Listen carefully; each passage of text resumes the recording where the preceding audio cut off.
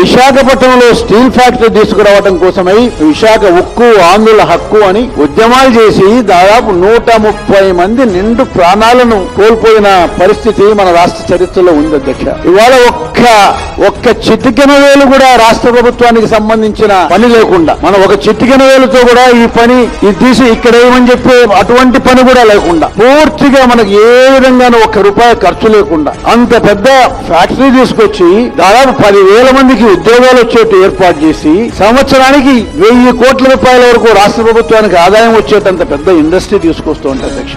దానికి మూలమైన మైనింగ్ ను టేక్ ఓవర్ చేయండి, నేషనలైజ్ చేయండి, గవర్నమెంట్ చేయండి, అదే పద్ధతి కాదు. అది that is not the policy of the government.